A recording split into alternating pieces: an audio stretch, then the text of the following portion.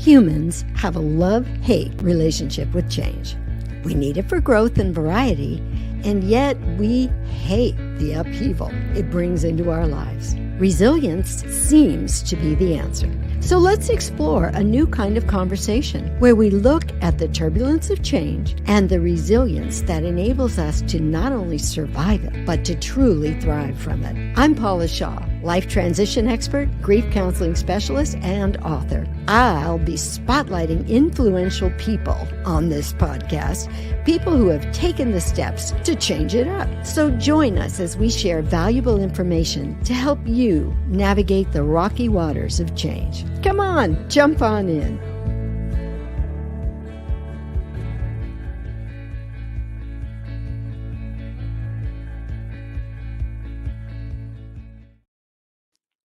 Welcome to Change It Up Radio. I'm your host, Paula Shaw. I am an author, a speaker, and a life transition coach and grief specialist. I work with clients who are dealing with change, and that's pretty much what we're all dealing with every day. It's just a matter of degree, isn't it? Because one thing that's absolutely sure in life is that change is coming, whether we want it or not, whether we like it or not. Sometimes change is a wonderful thing. It could even be something like getting married or moving or a new job. But always with it comes the discomfort of the unfamiliar. We humans are actually comfort-loving creatures. We like sameness because it's familiar and we know what to do with it. And this season on this show, we've been talking about something that creates a lot of change and a lot of pain and discomfort for people, and that's grief. Grief is the normal, natural response that we have to any kind of significant loss. And that loss can come in many shapes and sizes. It comes with all kinds of different emotions. It's a kind of a compendium of experiences. We've talked before on other shows this season about how sometimes grief looks like sadness and tears. Sometimes it looks like anger. Sometimes it's anxiety and depression. We talked about that last week with young Dylan Stolba. We've talked about the grief of foster children. We've talked about the grief of NFL players who have experienced concussion damage from the game. We've talked with many people this season already, some who have been grievers and who have overcome that grief, and some who are the caretakers for those who are going through that grief. So we've learned a lot, and I thought this week, what would be the perfect topic for this show? And as we all know, this is the week of Juneteenth. And I know a lot of people who really didn't know much about Juneteenth, who really don't know a lot about the history of it. And Juneteenth is something we're going to discuss with my guest today, Dr. JC Cooley. Well, we call him JC. He's really James, but that's okay. But the Black people have suffered a lot of grief in our country and actually all over the world. And so I thought it appropriate this week that we look at the grief of the Black people, the grief that they have suffered over time. And no one better to do that with than my guest today, Dr. James Cooley. I'm going to go with JC because that's how I know him. I actually met JC several years ago at a Rotary meeting. He was the speaker, and his foundation, the James Cooley Foundation, was a beneficiary of one of the fundraising events we were having. But the man has many hats that he wears. And if I were to share them all with you, there'd be no time to interview him. So I'm going to tell you about just a few. He is a motivational speaker, and he speaks to youth, and he speaks on youth development. He's also a retired naval officer. He's an author. His first book was called um, Country Boy, City Boy, A Journey That Ain't Over Yet. And he's just recently launched a new book called A Black Man's Point of View. He is also a media host. He is the CEO and president of the It's Your Life Media Television, which is under the E360 TV network. And he's the CEO and president of Cooley Books Publishing Company. Fortunately, he managed to squeeze us in today because the man does have a lot going on. So, JC, before you get away from me with all these other things you need to do, please join us. Hi. How you doing, Paula? It's always a pleasure just seeing your face, just being around you, and just chatting with you. So I always look forward to that. Oh, thank you so much. We have a lot to chat about today, and I've got a lot of questions for you, but I would love it if you could first open our show by telling our audience the story about the history of Juneteenth. How did it come about, and what is this? And now I understand it's actually an official national holiday, correct? Yes, it is. It is. So Okay. please tell us about the history of it. Well, I'll give you a quick glance of the history of Juneteenth. It happened back in the Civil War. Abraham Lincoln was the president, and what happened was the war, as it would end in slavery. At least that's what many thought by signing the Emancipation and Proclamation, the end slavery, meaning that all black people in the United States was free, supposedly, Mhm. all over and all out. And I think we had about 47, 48 states at that time, or somewhere close to, maybe not that many. But we was considered free men and women. However, it was a couple of states did not honor that, and they did not tell the slaves that they was free, Oh. and the slaves continued to work under the masters, especially in Texas, Mhm. and the government kind of got a little pissed off of that, and they Mm. sent an army to Galveston, Texas, with 2,000 soldiers, and forced the state of Texas to free the remaining slaves that was in bondage. And so this happened on June 19th, and that's where the history of Juneteenth came from. And so many years, Black Americans tried to get this as a holiday, Mhm. and it took up to 2021 before the House and the Wow. Senate and President Biden signed it into law. So June 19th is considered a national holiday and honoring the release of all slaves in the United States of America. Mm. Just this word slavery comes loaded with grief. You can just feel it, can't you? I mean, when you look at the history of people being plucked out of their country, away from their families, maybe away from their children or their parents, and taken somewhere else. And it wasn't just the US. It happened in England, it happened in many other countries. And these people then were put to work in cruel, terrible conditions. I mean, if we look at the definition I used in the beginning of the show of grief being the normal, natural response to significant loss, Oh my goodness, the losses on so many levels that Black people have had to endure over the years. It's horrendous, isn't it? It is. And I wanted to add a little bit more to the Juneteenth thing. Sure. Uh, uh, June, slavery was released in 1863, but Texas kept these people in bondage for an additional 2 years Mm, without uh, without allowing them to be free.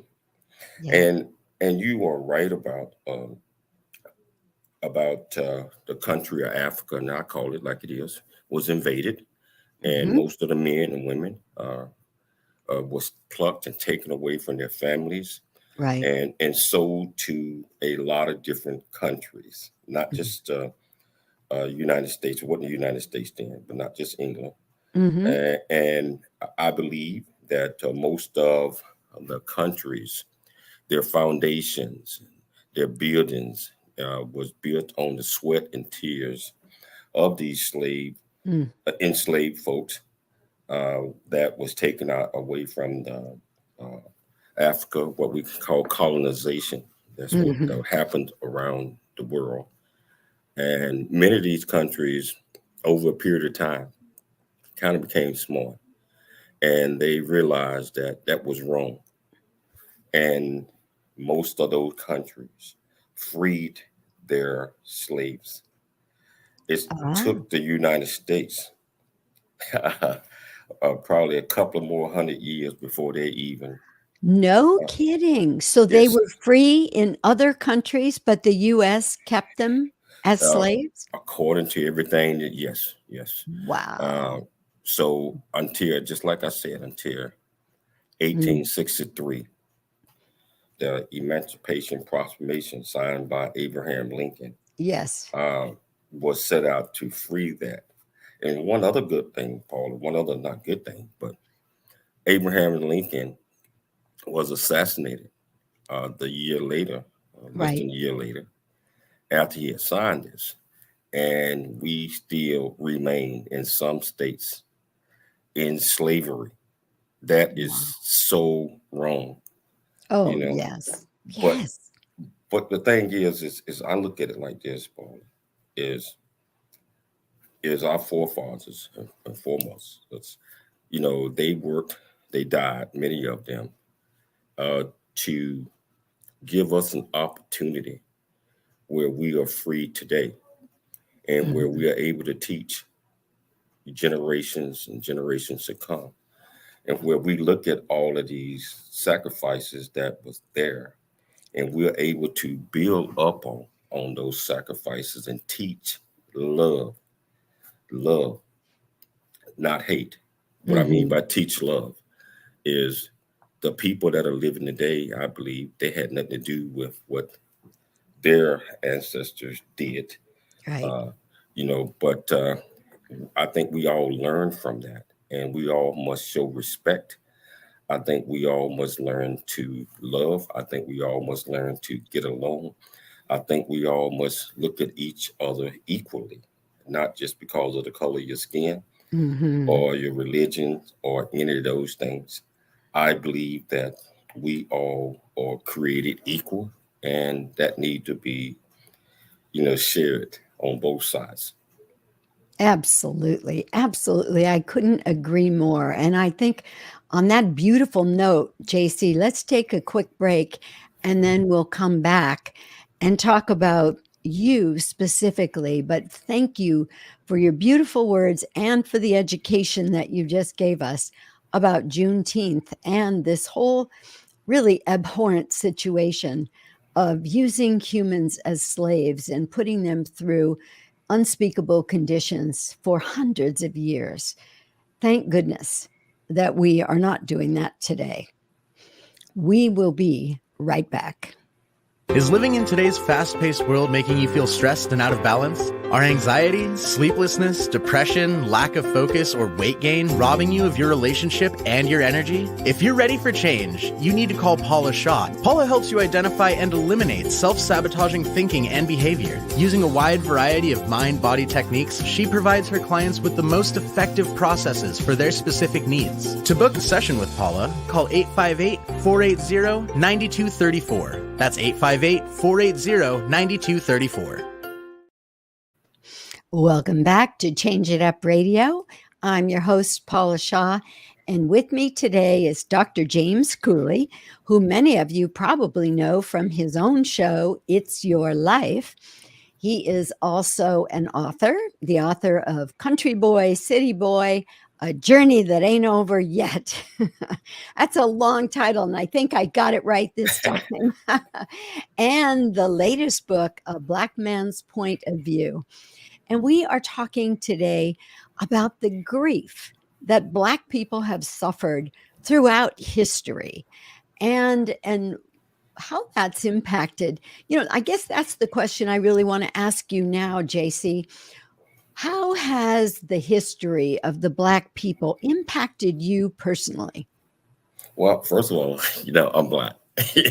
And so how I believe that it impacted Black people is the lack of respect, the lack of just being looked at as you less than a man or less than a citizen, less than a person. Yeah.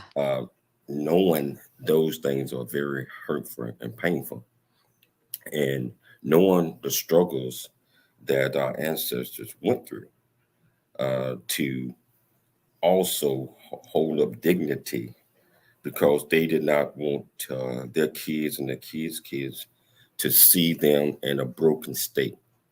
A broken state. But when you are a servant or a slave and you're treated like one, and you just you treat it worse than an animal, and I don't think we should even treat animals bad either. Yes. But that affect everybody. How would you put it? It would affect you as a person, as a human being. Thinking that someone just looking at you because you're not like them, you don't look like them, that you less than them. Yeah. That can kill the spirit or anyone if they'll let them allow themselves to let that get to them. Absolutely. And that seems to be something that you have had this magical ability to overcome because you've done so much with your life. But I would love it if you'd go back first, James, because in your first book, Country Boy, City Boy, there you talk a lot about what your childhood was like. So can you give our listeners a little view of what that was like for you? Sure. As in my first book, Country Boy, City Boy. By the way, that's not my first book, but that's one of my first books. Oh, Country Boy, Country Boy, City Boy Journey That Ain't Over Yet. It talks about the story of a 6-year-old boy that grew up in the project to a single mother. Mother had 10 kids, and she had 10 kids. She had 6 different fathers of these kids, and she would never marry. And she was not able to adequately raise all 10 of her children. So she identified 2 of her kids to go to Alabama, a place called Graham, Alabama, to live with her sister and her sister husband and my grandmother. And those 2 was myself and my brother Jerry. I was 6 and he was 7. So we drove down. They came to get us, drove us down to Alabama. Now, one thing about this, Paul, where we were living at the time in Chattanooga, Tennessee, all port projects, bullets, guns, gangs, everything, bang. I mean, people getting killed in front of you, shot. I mean, that's the standard norm in that era. And to be a 6-year-old kid watching this and then leaving that. But one thing we did have was running water in the house. We had indoor plumbing. We had all that stuff. Mm-hmm. Imagine, You mean at your mom's you had that? yes, in the Oh, province of Tennessee. Imagine, okay. someone, your aunt and uncle, you barely even know them, they come and get you, drive you 2 hours up, to another state, and you're looking around and everything changed. Mm-hmm. And when you get there to where you're going, it was an old shack. Now I'm gonna get this one, an old house that's a 2 bedroom house, and it was equipped for. It was five of us at that time had to live in there now. And you get there, there was no running water, there was no indoor plumbing. There was an outhouse. There was, Oh my God. and you had to go out and get your food. Yeah, I mean, you had chicken, so you had to go out and grab a chicken, wood burning stove. Everything Wow. changes. You know, but then you think that it changed for the worse, but actually, Paul, it changed for the good. Because one thing that I found out that we had there that we did not have in Tennessee with my 10 brothers and sisters, and we had love here. Ah. My grandmother, my aunt and uncle, and we was you had to actually work in order to survive. I'm talking Mm-hmm. 6 years old. Mm-hmm. And you see all the things that was going on. You had to go out and, just like I said, you had to go get your own rabbit hunting, squirrel hunting, whatever that was. Wow. You had to get your own water from the well, from the outside. But it teaches you a work habit and a work ethic, Mm-hmm. and it teaches you love, and you see the world differently at that moment because it's just you five at the time, Yes. and there is no gunshots, so there is no crime, there is no hate, none of Mm. that stuff. So that One. story right there, Country Boy, City Boy journey, that was the beginning of the journey that I had, the beginning of it through life, and a lot of tragedies, a lot of deaths, a lot of things that, well, when you go back to the normal society, like I did at 11 years old, decided to go back to Chattanooga, went back to the Mm-hmm. same environment that I had left. Oh. You're never the same Mm-mm. anymore. And all of the griefs and the suffering, the pain comes back because you back into the jungle is what I call Yeah. You know, in the opening of my show, one of the things I say is the importance of resilience seems to be the way that we deal with change successfully. And last week, when we were talking with young Dylan Stoba, I'd done some research on teenage anxiety and depression. And, one of the problems they were saying is that parents today, and certainly parents of my generation, wanted so badly for their children not to endure any kind of pain or difficulty that they didn't allow the children to develop the tools of resilience, which comes from solving problems yourself, from overcoming issues yourself. And so, what I'm really hearing, even though when they took you, when you went to live with your aunt and uncle, just a few of the losses I jotted down: the loss of your home and your familiar surroundings, the loss of the city that you lived in, the loss of your family that you had already been living with, the loss of your mom, the loss of the friends that you had in that area. And then, of course, losses like modern plumbing and that kind of thing. So that was a huge upheaval in your life. But I love how you've framed it now, or reframed it, as really this great thing that, in my mind, offered you the opportunity to develop incredible resilience, because you overcame incredible difficulties and have done so much with your life. Now, let me ask you a question, JC. Was it going into the Navy that got you out of the the mess of the city and the gangs and the shootings and all that stuff that was going on? That was part of the reasons I believe that the big change. But listening to people tell you that you were not going to amount to nothing, or you were not going to be anything. Yes. Uh, but a lot of things that changed my whole world was my grandmother. My Oh. grandmother um, always believed in me, you know. And when I did not have anyone to play with, once my brother Jerry had went back to Tennessee, went back prior to me going, it was Mhm. my grandmother that nursed me, that nourished me, that uh, just put so many positive things in my head. That Ah, she told me, you know, you can't be sitting back worrying about what someone else say. She said, I see you. She said, baby, you're gonna be somebody special one day. You uh-huh. you, you just don't let nobody get to you. In the South, they have these. That's how they talk. Yeah. And but the encouragement that she always gave, the love that she always gave me when I made it back, and I was different because I couldn't readjust to that environment again, Mhm. and knowing that I was going to be treated differently, uh, and just holding on to her words, her thoughts, and etc. made me believe that I could do anything if I had an opportunity and if I had a chance. I just had Mhm. to stay and keep those words in my heart. Yes.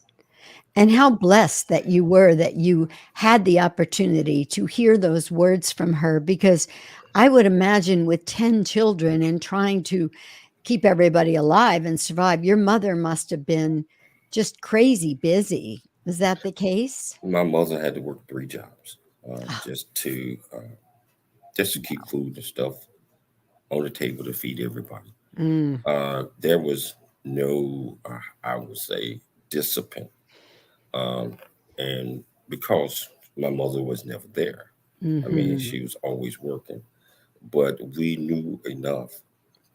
I mean, many of us that we knew how survival, how tough it was. Yes. Um, a lot of my brothers and sisters, well, I mean, they went out in the streets, they did what they had to do, whatever. Me, I stayed because of that little stunt in Alabama, that 5.5 years Mhm. uh, of being around my aunt and uncle, and especially my grandmother, instilled in me what was right and what was wrong.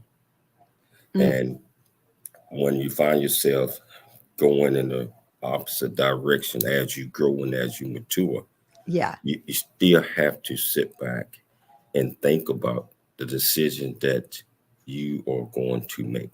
Mhm. And so um, that was tough. But you also mentioned the Navy.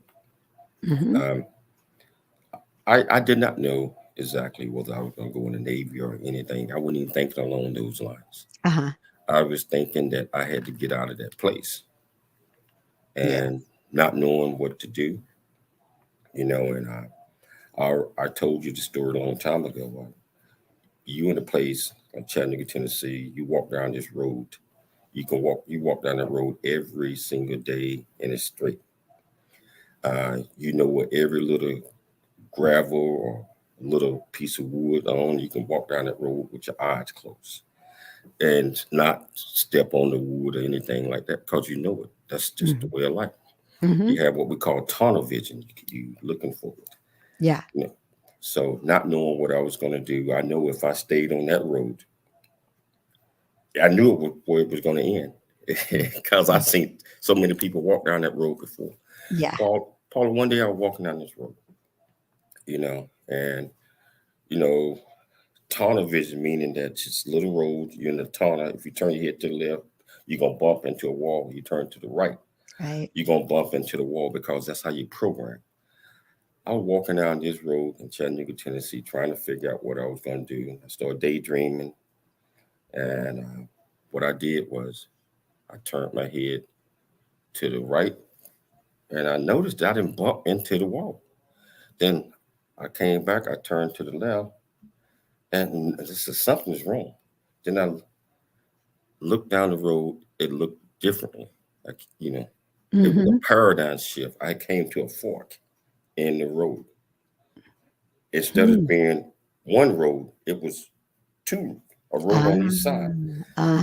So I had to make a decision, like Robert Frost talking about road most traveled, road less traveled. Sure. I had to make a decision at that point on, do I continue to walk down this road? Or do I take the road which got some steps to the right? Or do I take the road that got some steps to the left? And in front of me, it's got millions of steps. What I did was I took one step and boom, I turned left. And I walked down that road for a little bit. A bus came by. I jumped on that bus, rode the bus about an hour, looked up and said Navy. The bus said Navy, and that changed my whole life. Wow. Because when I made that decision, Navy, as I rode and as I entered the Navy, started growing, I saw a lot of different roads, a lot of different paths. And it wasn't just Chattanooga, it was the whole world. Yes. And sometimes we have to be able to have resilience, and we have to trust in God, and we have to know that there's other ways. And we have to allow the paradigm shift to take place. Absolutely. Oh, that was so beautifully said, JC. On that note, we're going to take a quick break, and then we will be right back to talk more with Dr. JC Cooley. Be right back.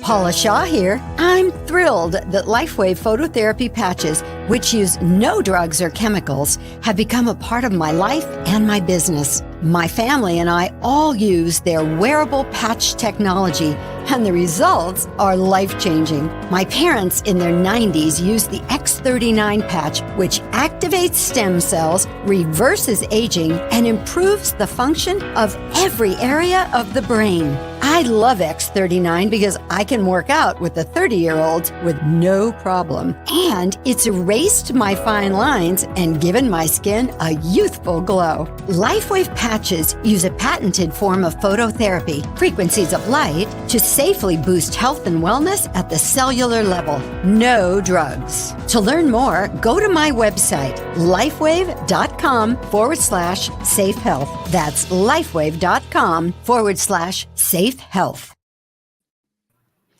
Welcome back to Change It Up Radio. I'm your host, Paula Shaw, and with me today is one of my favorite people, Dr. James Cooley, who is also a podcast host on the It's Your Life show and has many other media things going around. Or going on, I should say. He is the author of several books, two of which we're really talking about today: Country Boy, City Boy, A Journey That Ain't Over Yet, and the latest book, A Black Man's Point of View. So in our last session, Dr. Cooley was telling us about this moment in his life that I think was probably divinely synchronistic, kind of miraculous, actually, where you saw with such clarity, JC, that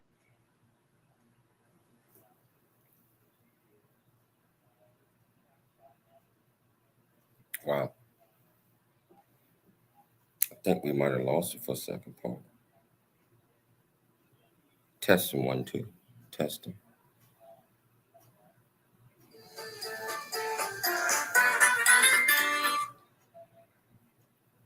Hey, I'm on the air right now. Can I call you back? All right. Take care, buddy. okay, here we both are. Okay. I'm sorry. So anyway, the point that you were making, that, it's sort of like, because life deals you lemons, you have no choice but to have lemons. But the truth is, as we all know, you can also make lemonade. And you chose to take a different path, JC. And that path not only took you into the Navy and to a completely different kind of life than you were living on the streets of Chattanooga, it's also taken you in down many educational paths. You have so many degrees. As I joked in the beginning of the show, if I read your whole bio, there would be no time for the interview. But how did all of that education start for you? Because I would imagine you didn't have a lot of formal schooling in the circumstances in which you were growing up. Well, most of this, my education came through the Navy. Mhm. As I was saying that I was told many, many times that I was not going to amount to nothing, that I wasn't smart enough to do a whole lot of things. Mhm. And I kind of took that to the heart because we did not have the money to send myself to school. My mom didn't, and neither did was I looking at going to school. I mean, wasn't in that framework at the time. Mhm. But once I was able to enter the Navy and take advantage of a lot of things that the Navy had to offer, education was there, and Mhm. that everybody can take advantage of education. In the Navy at the time, it was free. I mean, Uh-huh. but most people want to, we call it liberty, go out and party and drink and do Yes, all that. exactly. I kind of stepped back to the side and I played sports in the Navy, and I went to school in the Navy, Mm. and I took a liking to going to school. Uh-huh. And every time someone told me that I couldn't do something, I mean, as I was progressing up, I went in and got my associate's degree. Thought I was on cloud nine. Yes. Then finish up a bachelor's, and then finish up another one, then master's. And I got to the point where if I did not know something and I was talking about it, I would go to school. I would go to school and get the master's.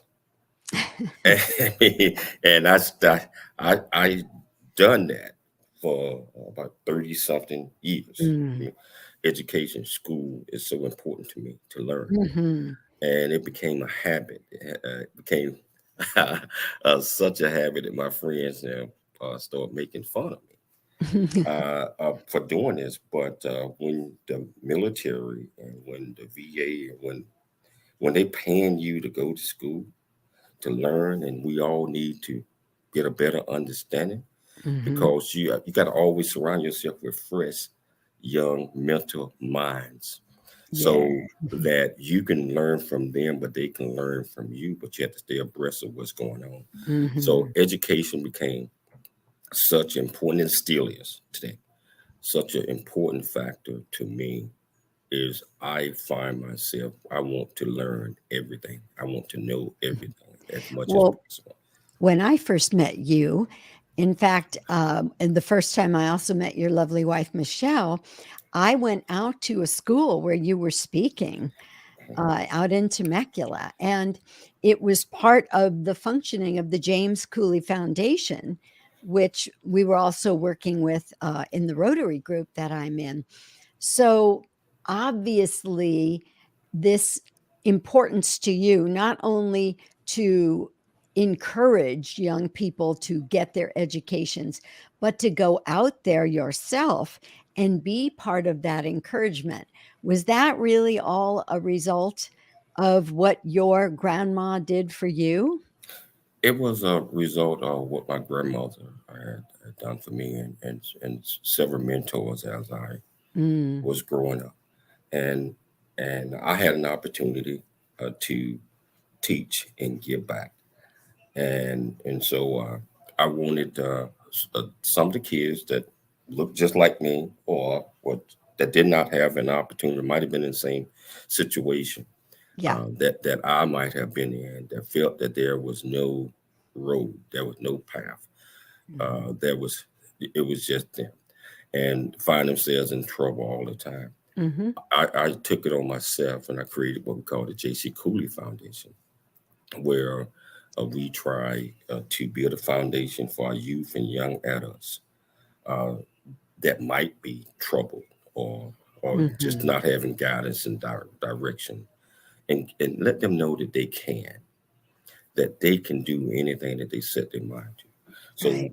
we created this, and we spoke. I mean, I speak at about 50 schools a year, and Wow. what we did was we give out scholarships. So we go to these schools, we meet with them, we have prayer breakfasts, inspirational, and I mean, we do a lot of things with the different schools. We work with the counselors, we work with the principals, but most importantly, we give away scholarships. We have given away up to date probably about 250 Mm. scholarships. Now, these are not major foundation scholarships like $10,000 or something Yeah. like that. They are what we call "You Can" scholarship. You can, and you work with these youth and young adults and their parents in the communities. Mm. And if they are with the program for quite some time, we give them an opportunity to walk across the stage, give them a scholarship, $500, $1,000, $2,000, whatever we can. Hmm. And most of these kids go to school. We have had many. I say we probably got a graduation rate, probably about 65, 70%. So That's graduation from wonderful. college. From college, Wonderful. our last group just graduated. We had one of the young ladies graduated from MIT, Boston College, uh, UCLA. Mm. So I mean, you can, if you believe that you can Yes. achieve. So, but that's where we started, and I believe that, to answer your question, it did start from my grandmother Hmm. telling me that I could do anything that I set my mind to. And we began the show talking about the grief that Black people have suffered over the years, beginning with the slavery and those beginning days. And I think that one of the repercussions from that, well, two things come to my mind. One thing, I don't know if I've ever shared with you before, JC, is that epigenetics, where genetics are right now, they have proven that we don't just inherit the way we look genetically. We inherit the ways that our ancestors responded to life. So this discouragement that you just talked about, that so many Black people suffer, and the lack of encouragement to go on and try to achieve academic success, get those degrees, that kind of things.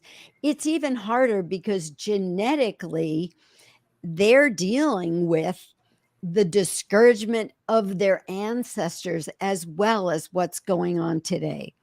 So it makes me love what you do even more, because we all know it's not as easy for kids of color to do well in school and to get into those schools the way they want to.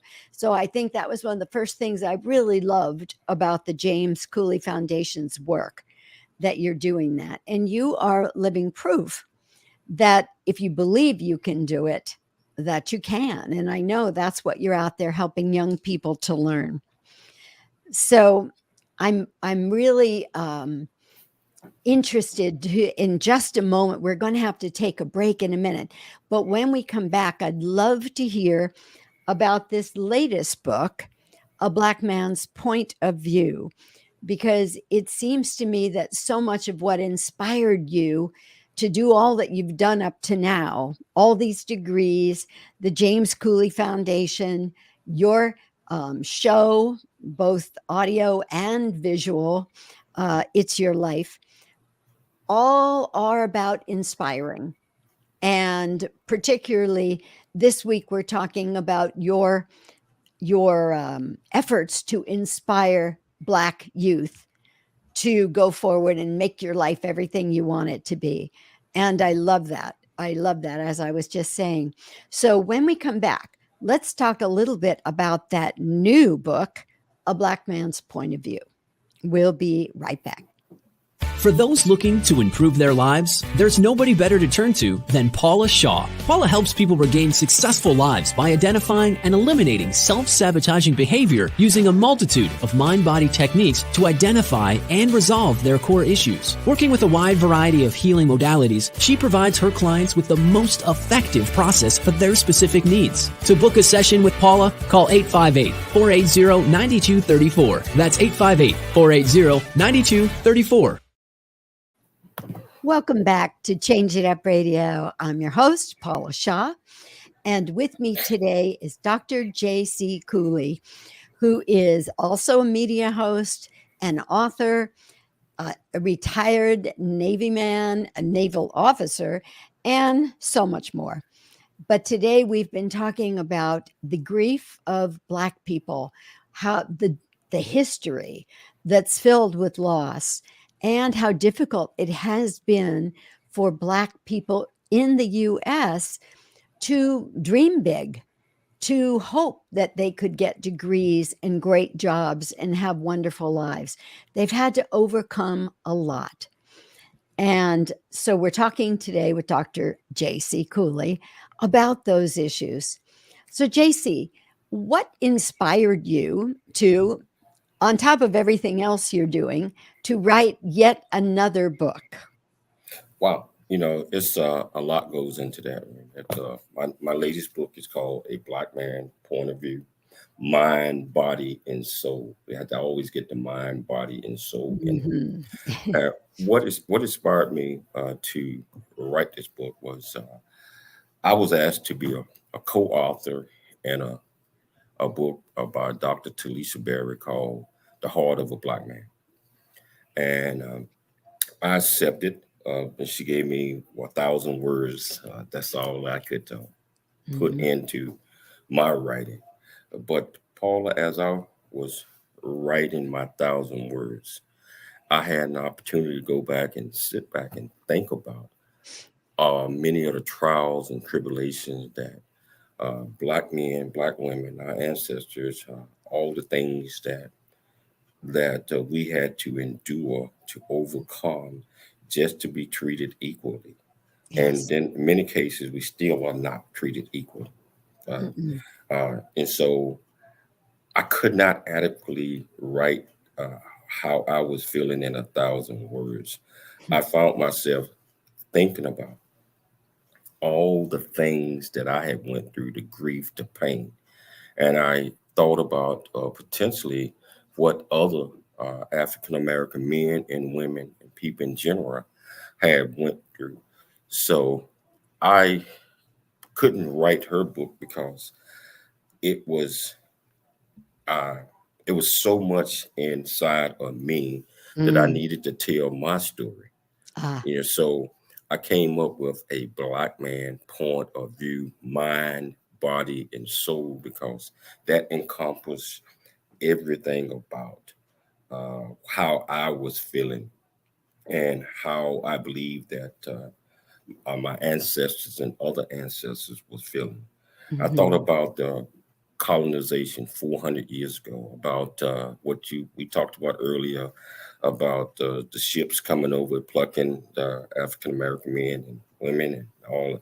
I thought about all the things about our women being raped and all of these things, and we become slaves and all of these different places. I thought about the pain and the suffering that we had to endure. And I thought about all of these things. And as I was thinking about these, I wrote one chapter, and then another one popped up, and I ended up writing another one. Then as I was writing these things, I had to recollect and say, wow, this is a lot. However, we cannot blame white people or anybody. We can't blame them for where we're at today. So I wrote a chapter in here called Ultimate Original Love, where it says, I forgive, we forgive. We should, in order for us to move forward as people, as a nation, as a world, we have to learn to forgive. So in order to do that, one person have to be the first to say, I forgive. Yes. How can we all work together? How can we come up with ideas? How can we uh, teach each other the things that you don't know about me and I might not know about you, and learn to understand all of those things. Yes. So a black man point of view encompass is a roadmap to what happened Mm. yesterday, 400 years ago, 500 years ago, however long that is. We remember what happened yesterday, but we don't live it. We Good point. live what's happening and we focus on what's happening today, Mhm. how we can make things better based on our forefathers and everybody that gave us this opportunity. But most importantly, we come together with peace, harmony, and love and figure out how we're going to have tomorrow a better place for everybody. So the title is probably misleading, a black man point of view, but it's all men, it's all women. It's this is what this book is about, and that's why it went number one release, number one bestseller the day it was released about 8 days ago, and it's still doing this because it's a roadmap to what goes on or in a black man's mind, body, and Mm. soul. So all of these things you have to touch on all of those things, and that's what makes a person whole. And that's why I wrote this is to have discussions and also provide insight so people that might be wondering why we act or react to a certain condition Mm. or certain words or certain things or certain environment. Um, and so, but I did not do this by myself, Paul. I wrote the book, but as I wrote it, I wanted to know what was in the hearts of other black men. So I invited 11 co-contributors to write Ah. 500 words or less. Mhm. Uh, I mean, on their stories. And I found out that each one of them are different, but the correlation for each one of they did not know what I wrote, and Mm. I did not know what they wrote. They did not know what the other one. But when we collected all of these things, it painted a picture of pain and hurt, and how we go about getting past these problems with death and grief, and just being able to hold your head up because we so many years we could not look up. We had to look Yeah. down, Yeah. and this tells you that hey, you are just important as the next man, and you Oh, want to be I treated lo just like that. mm. So that's why I wrote this book, Paul. Well, I am so delighted that you explained all that to us, JC, because um, God knows this is a time in the world right now where we need to understand each other. We need to move past differences. We need to find those places where we can come together, where we have so much in common. And I think, starting out with the same way you and I started talking in the beginning of this show, discussing how Black people were not even looked at as human, and they were certainly not respected. They were not honored. Nobody considered the fact that they could do everything or accomplish just as much as the white people. That wasn't even a perspective. And that's the wall against which Black people had to push for so long. And I love the fact that now we get to live in a time when humans are waking up to the fact that we're all one, that we all have intelligence, and we all deserve opportunity, and we all have hearts, and we all love.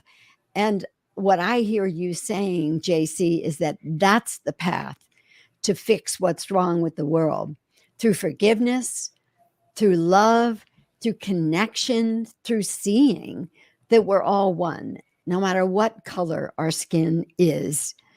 And I'm very excited I actually already bought your book. I haven't had a chance to read the whole thing, but now I'm doubly excited to get a chance to read it because it sounds amazing. So to all our listeners, be sure you get right on Amazon and get your copy of A Black Man's Point of View, Body, Mind, and Soul. And JC, before we end this show, please tell everybody how they can find you or where they can learn more about you and all that you're doing. Well, CooleyFoundation.org is the JC Cooley Foundation. We do a lot of things on that one. Speaking engagements, I speak. If I'm invited out, depending on if we can work it out, I will be more than happy to come out regardless where you're at in the world. I can be reached. You can watch my show, It's Your Life with Dr. James Cooley. Come on Monday through Friday, 12 o'clock Pacific Standard Time on E360 television, Positive Vibrations. On the radio, I've been on the radio now for 4.5 years. It's Your Life, KCBQ, San Diego. My show comes on every Sunday at 8 p.m. Podcast, we on all major podcasts, and television, Transverse TV, and we adding a lot of other things, but pretty much on streaming networks. And just like what Paula said, my book is out. It's been out for 9 days now. You can get my book wherever books are sold, but Kindle, Amazon, and also we want book reviews. I want book reviews. If you buy my book, if you read it, please go back and add a review on Kindle and also Goodreads. And I can be reached even with my phone number. I don't have a problem in sharing it. That's 817-729-6272. Everybody already know that anyway. I do answer my phone. And, look forward to hearing from you. Well, JC, thank you so much for all that you brought to our show today, for all that you shared, for all that you're doing, not only for Black people, but all kinds of people all over the world. Thank you for the shows you're creating, and thank you for being my friend. I think you're a really special human being. Thank you, Paula. And, just like I tell you always, it's always an absolute pleasure being in your presence, whether it's on the airways, in person. Michelle and I love you, Paula. You know that. Thank you. And I love you. And thank you to our listeners and viewers for being with us today for this very special show where we got a chance to honor the latest national holiday, Juneteenth. We'll see you next week at the same time. We look forward to your presence. Bye-bye. Thanks for joining me on Change It Up Radio. I hope you found this episode informative and entertaining. If you want to hear past shows or you want to get information on being a guest or a sponsor of this show, go to changeitupradio.com. We all know that change is inevitable and it's necessary. But darn it, it's also tricky.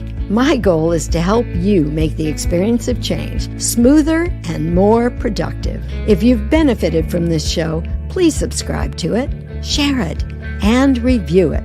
That helps me to tune into what you really want to hear and what you really want to learn more about. Remember, you can find us on every major podcast platform and also on YouTube, Facebook, Roku, Apple TV, and Amazon Fire.